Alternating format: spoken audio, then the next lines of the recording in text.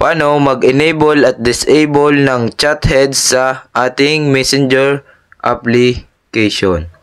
So, first is, punta kayo sa Messenger application. At dito sa homepage ng Messenger application, may makikita kayong tatlong line dito sa kanang babang bahagi. Ito, yung menu.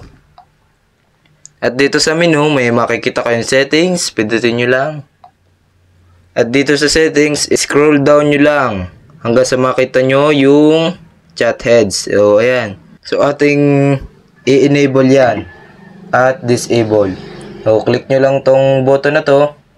Ayan.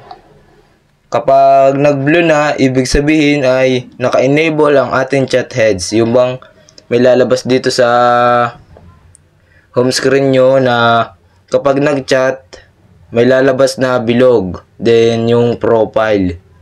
So, ayan. Disable na ulit natin.